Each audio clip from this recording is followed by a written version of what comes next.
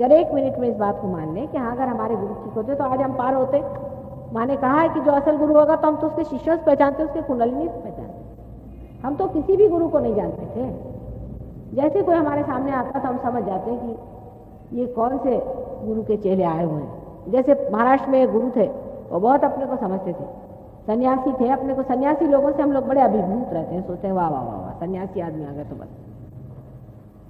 सन्यासियों से तो मैं इतनी घबराती हूँ, मैंने आपसे बताया कि सन्यासियों से बहुत दूर रहता।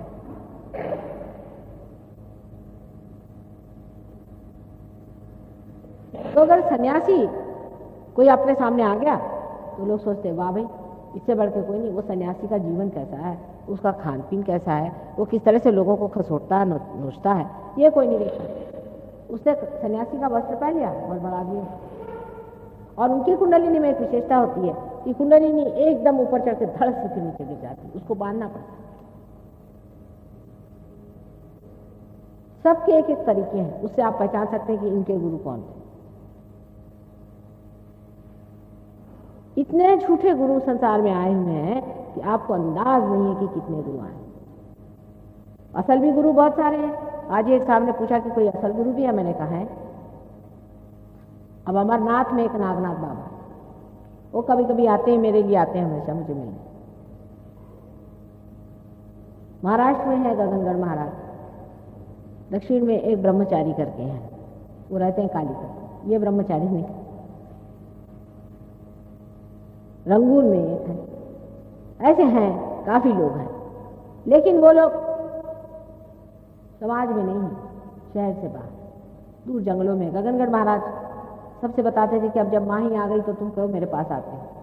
तो जब हम कोल्हापुर गए हमने कहा जाए ऊपर देखा इनको, तो हमारे सब शिष्य लोग कहने लगे माँ आप तो सब गुरुओं से और इनसे बहुत परेशान है, इनसे क्यों मिलना चाहती है। हमने कहा बेटे जरा वाइब्रेशन देखो तो।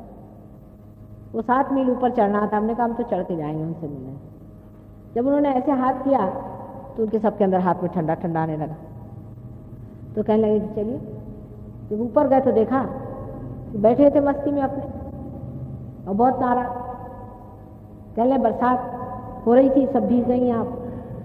अब देखिए कि इन लोगों ने कैसे प्रभुत्व चीज़ों पे कर लिया, बरसात पे, सूर्य पे, ये सब काम इन्होंने किए। लेकिन ये रियलाइजेशन बहुत कम देते। उन्होंने एक आदमी को रियलाइजेशन दिया। मैंने कहा कि भाई आपने रियलाइजेशन क्यों नहीं दिया और लोगों को। तो कहले एक को दिया और कान पकड़े। 25 साल उस पर हमने मेहनत करी हर एक चक्रों पे। बात है उनको टाइम बहुत लगता है, मेरे को तो लगता नहीं ना टाइम, मैं तो इसमें माहिर हूँ, लेकिन उनको बहुत टाइम लगता है बेचारों को। बोल रहे थे मुझे को हजारों वर्ष लगे।